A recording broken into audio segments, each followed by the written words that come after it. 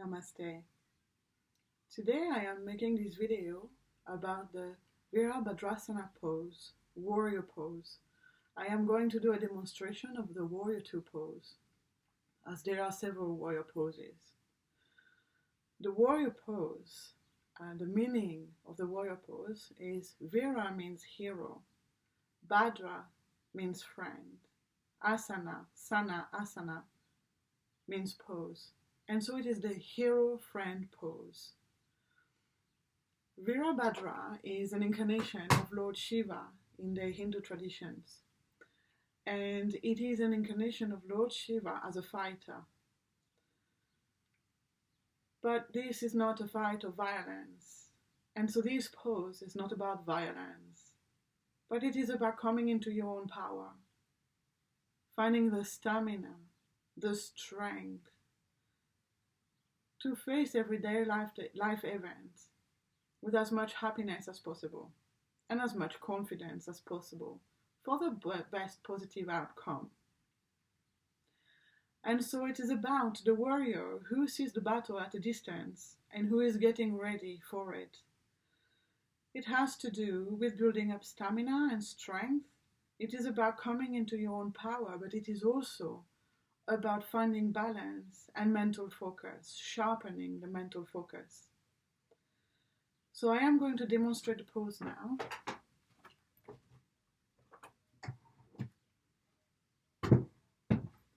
Just so that you can see what it looks like. We start first in Samadhi, and I will explain again in detail later how to do this. This is just to show you.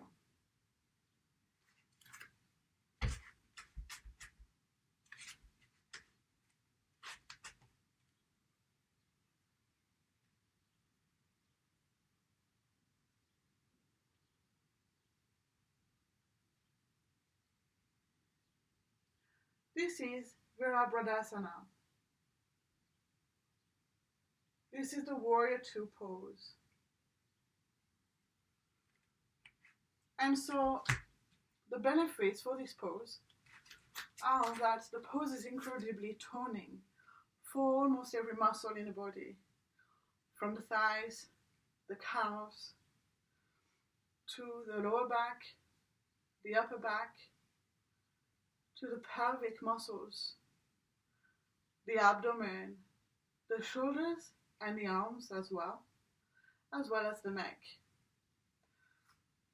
Because we are holding this pose in such a dynamic way and engaging all the muscles, all the core muscles, it is very powerful to help with digestive issues, especially if we suffer from constipation. And it is also really good for the sexual organs, as it tones the pelvic muscles, which means that if a woman was to suffer from a prolapse, then it would help to strengthen the core muscles there.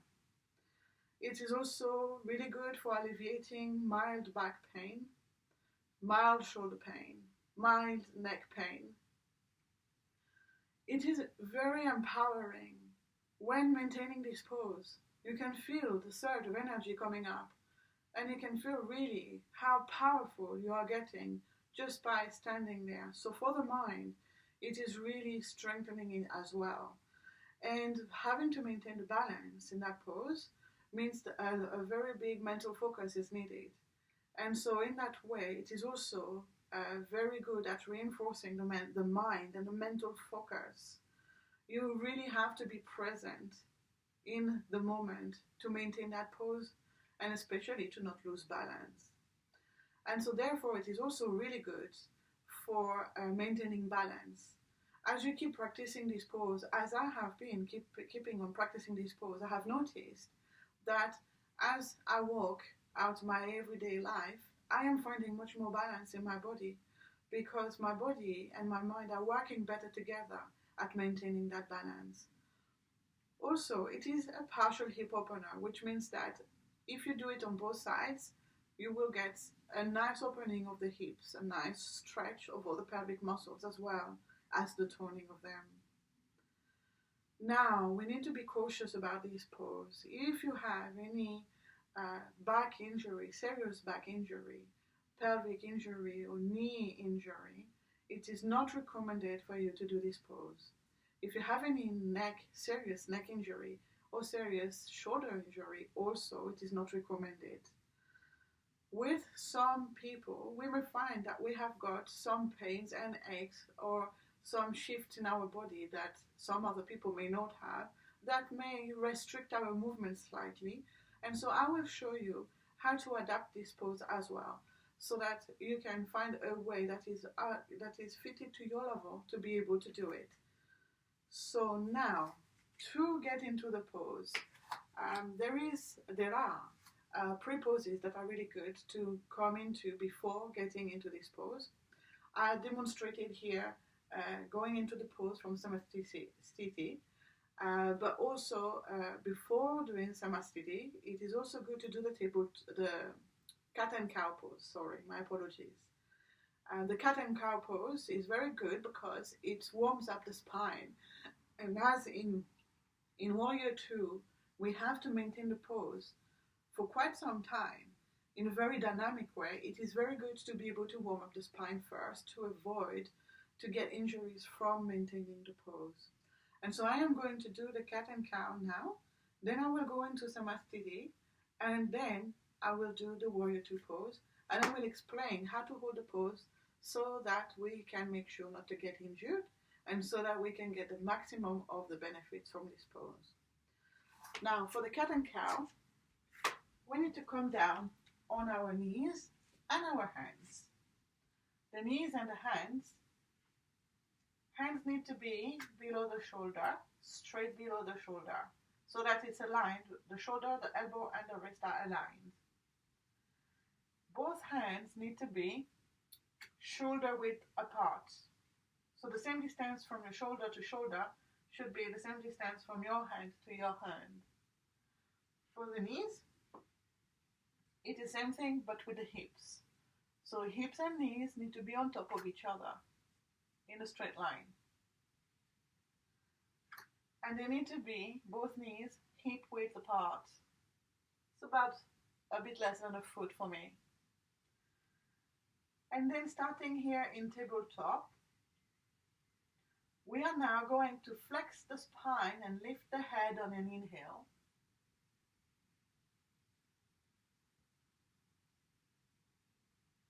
And then on an exhale, we are going to curve the spine, and the pelvis is tilting to follow the movement.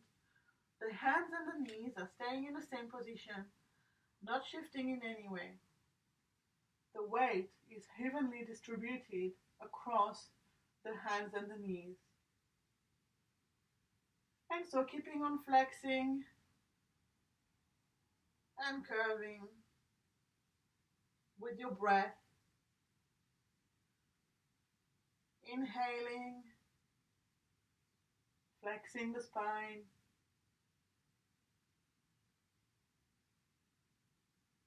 Exhaling, curving the spine.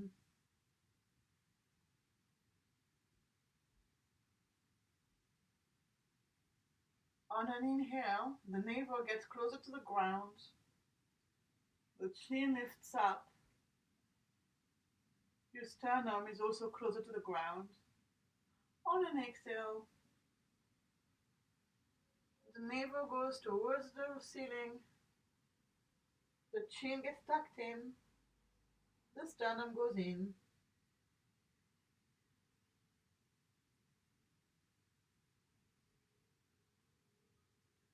Now coming back to tabletop, to neutral position. And then standing up. Going to the head of your mat, keeping your feet together. I am not going to keep my feet completely together because with my knees, if my feet were together, it would create a rotation of my legs out because my knees are too big to be staying together tight with my feet together. And so I keep just a small gap. But if you can keep your feet together, 10 feet together, back nice and straight, nice and aligned, as if there was a thread coming up and holding you up. Sternum out, shoulders nice and back and relaxed. Hands by the side of your body, fingers wide open. And as it is going to be a balancing standing pose that we are going to do with a warrior two, let's stay here for a few breaths just to ground ourselves. As this in English is called a mountain pose, and it is very grounding.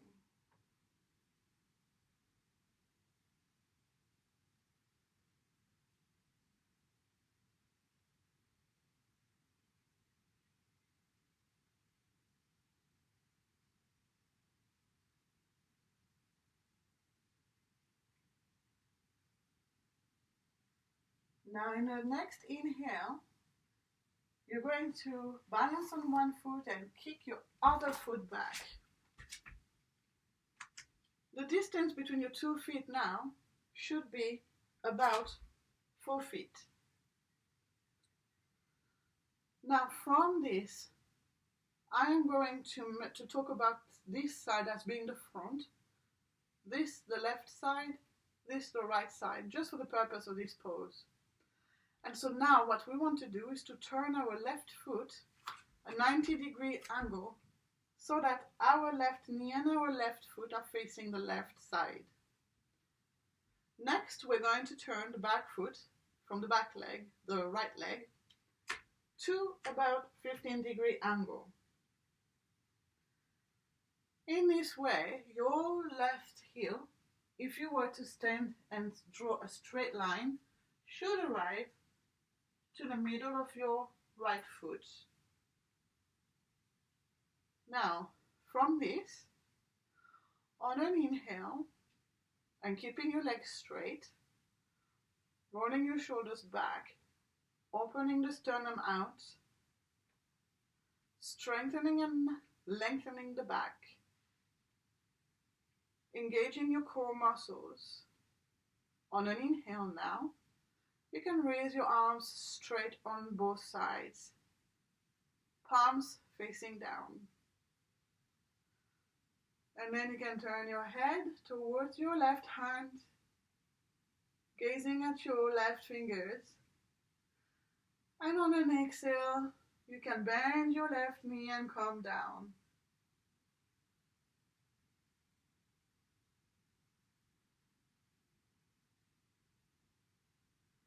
Now it is important to note that the left knee, the bent knee, should not go over the ankle, and instead it should stay straight above the ankle as part of the alignment for the pose.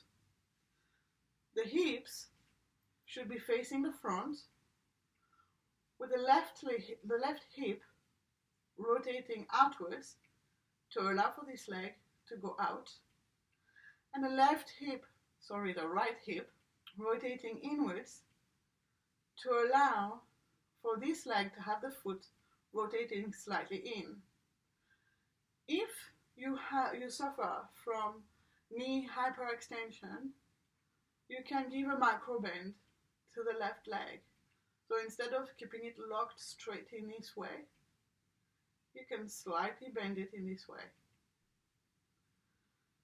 And on here on this side, if you feel comfortable, you can sink in deep, but if you prefer, if it is more comfortable here, you can stay higher up.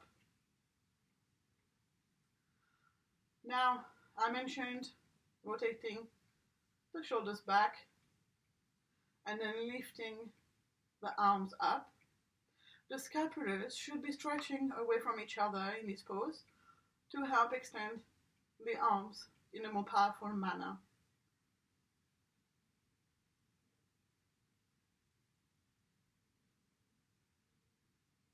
Coming out of the pose,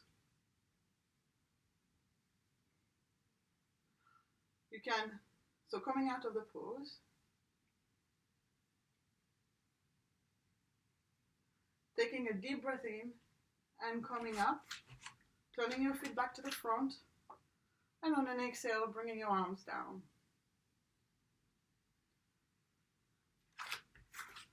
Now,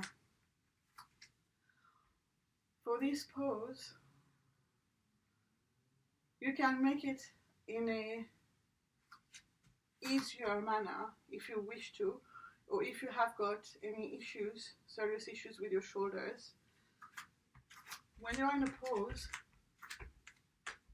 that you have set your feet in the right position and you are about to bend your knee, instead of raising your arms in this way, you can also bring your arms, your hands to your hips, and simply bring your knee down and turning your head if you can.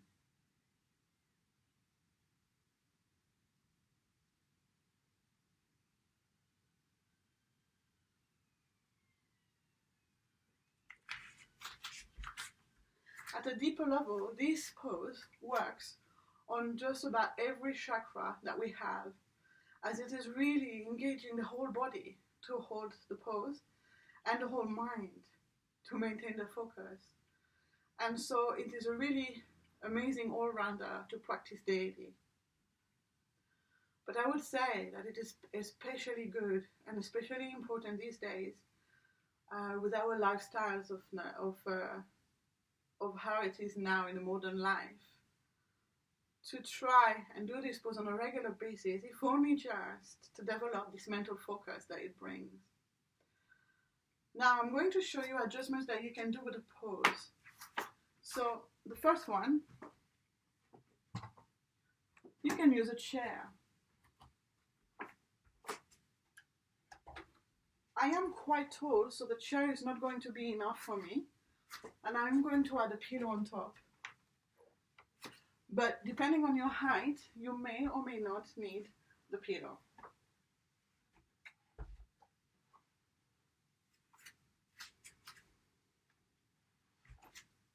What the chair is going to do is that it is going to provide me with the support to hold this pose,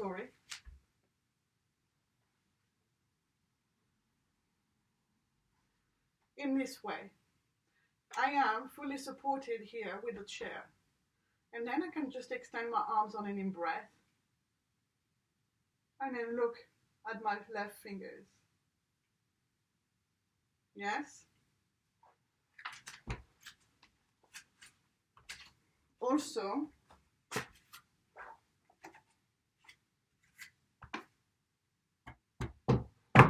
we can use a wall to help us. This is particularly good for people like me who suffer from vertigo, as it can feel quite daunting to hold this pose, at least in the beginning, to hold this pose on the mat with no support on either side. So the wall can provide that support. And so, if you were to do the pose,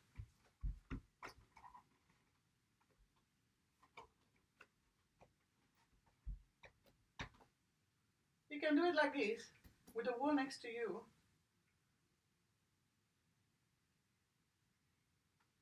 In this way, so that if you go back, the wall is here. And you can even get closer and completely rest on the wall. And this is also good because it shows me, for example, right now, that my torso is forward too much. And so I can rest back against the wall. It is very good to help us to work out how aligned we are. Because it is very important to keep the upper body straight as much as possible. But as we are focusing on keeping balance, we may lose track of this. And so, then the wall can help to remind us in this way. And of course, giving us a greater sense of stability and balance. Now, during the pose, we can also apply bandhas. And for this pose, the Mula Bandha and the Uddiyana Bandha are the most effective ones to use, because as we are holding the pose in this way, it can really help to strengthen when we do the Mula Bandha and we squeeze the anus and the sexual organs in and up, it locks the bottom of our pelvis upright. And then, if we apply the Uddiyana Bandha, which is this one here, where we are pushing in the navel towards the spine, it creates a whole different dynamic in the body. The pelvis, when I'm applying Uddiyana Bandha, so without Uddiyana Bandha, my pelvis is like this. With Uddiyana Bandha, it does a slight tilt down and back, which allows for a better and healthier pose through the Warrior Two pose. And so it is really helpful to apply those two bandhas, as well as knowing that it will retain your energy, and the energy you're building up through this pose, instead of dissipating out from your system, will remain into you and will build your strength up even further. The way to do this in the safest way is really to think about the mindset of the warrior and about knowing you are standing tall and strong in this pose. Now, I showed you the pre-poses that we could do, and the Samadhi is the base pose to go into Warrior Two, or one of the base poses. And then there are poses that we can do after doing Warrior Two. They can help to counteract the effects and to relieve the muscles that have been working during this pose. So, for example, if you are going to be in Samadhi and you are stepping back on an inhale and then shifting your feet to the right position, bringing your arms up on an inhale, going down on an exhale,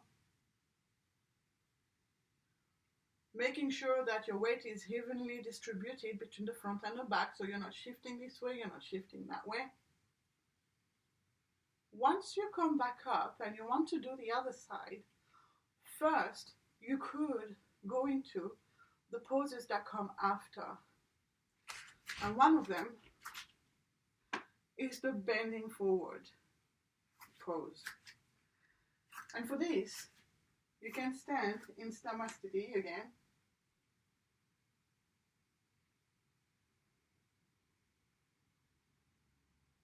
Grounding yourself just for a moment.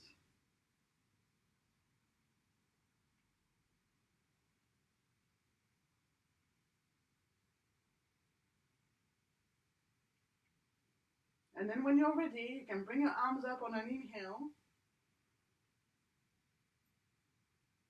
Keeping your shoulders down, looking up at your fingers if you can, otherwise looking forward. And on an exhale, bending forward from the hips, keeping your back elongated and straight all the way down. And then resting at the bottom here, either grabbing your ankles, your chins, or putting your hands on the ground and dropping your head down. Staying a few breaths in there, in this way.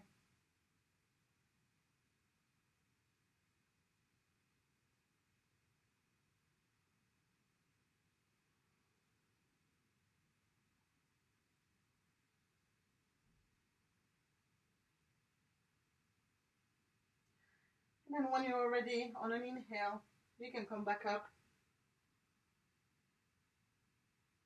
Arms straight up, shoulders down, back straight. And then bringing your hands back down on an exhale. Now, once you have done this, you can do the other side of Warrior Two. Arms at the side, Samadhi, feet together if you can, sternum out, back straight. Staying there for a few breaths again to ground yourself.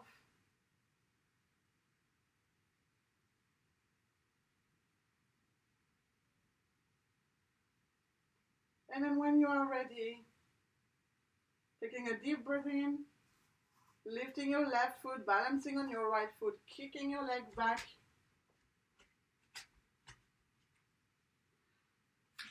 turning your foot around, your back foot to 15 degrees, your right foot 90 degrees. Then on an inhale, lifting your arms up, looking over your right hand this time, and bending forward. You can adjust the position of your foot if you find that there is not enough distance between your left and your right foot. You can adjust and shift slightly to allow a better bend. Making sure that your knees are aligned with your ankle, not on the left, not at the right, not too forward.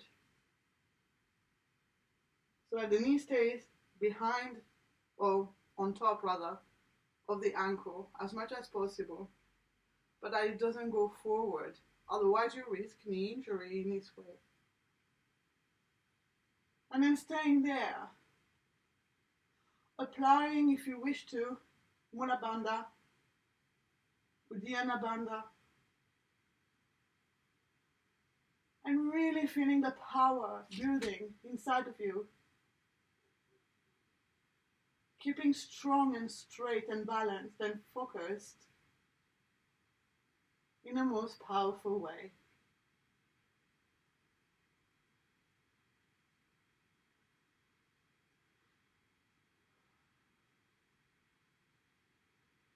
And then when you're ready to come out of the pose, on an inhale, you can come back up, straighten your feet. On an exhale, you can bring your arms back down. And again, if you wish to, after this, you can do the bending forward pose. Right. I would just like to extend now my gratitude. Just to take this moment. This has been an incredible journey for me, this yoga teacher training course, Kundalini yoga teaching course. And I've always dreamt to be a yoga teacher. Yoga is part of me in such a deep way, or I am part of yoga. And I've always dreamt, but thinking that it was not an achievable dream to be a yoga teacher, and for yoga to give me such a powerful sense on how to structure my lifestyle. But I never thought it would ever be possible, mainly because of my body shape and size and weight. And then we had this last lockdown, and I was thinking that maybe I could try to do this online. And I looked online and I found the World Peace Yoga School website. A few years back, I had another dream as well, which was to be a Kundalini yoga teacher. But this time, I knew it was absolutely not possible. There was no way that it could happen. It felt so out of reach, and I completely forgot about that dream. And then, when I was looking for the yoga training courses and I went into the World Peace Yoga School website, I realized that they were offering Kundalini teacher training courses. And I could not believe my eyes. And so I registered, and still not knowing if it was going to be real, if it was going to be insightful, if it was going to help me with my life as well as help me to become a yoga teacher. But I registered anyway. And then it all started, and the course has been absolutely amazing. And so I want to share my gratitude with everybody at the Samadhi Ashram in Rishikesh and the World Peace Yoga School team. This is an absolutely fabulous experience for me. It is a chance of a lifetime, honestly. And already through the first month of the course, I managed to completely change my lifestyle. I still have a way to go, but I have managed to change my lifestyle in a big way. And I am feeling absolutely all the amazing benefits. But not only that, but now I am going to be able to teach people, to teach yoga to people. At the moment, I've been hearing stories, so many stories of people who are trying to do yoga and then they stop because they attend classes and the teacher is not becoming aware of the fact that they are not able to do the poses that the teacher shows and teaches. And I feel that yoga should be able to be part of everyone's life, whoever the person is, whatever their ability is, and whatever their body shape is. And so I am hoping that by my being able to be a yoga teacher and by being aware of the situation of many students at the moment, I might be able to help and rectify this. Allow to empower people to know that they can do yoga and yoga can be good for them. And that it doesn't matter who they are, yoga can suit everybody. And so this is part of my purpose with yoga. And I am absolutely so grateful to everyone at the Samadhi Ashram. You are a wonderful team.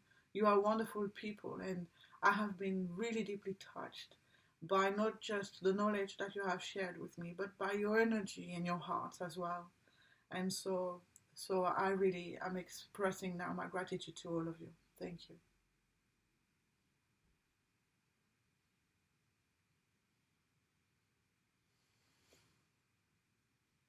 Namaste.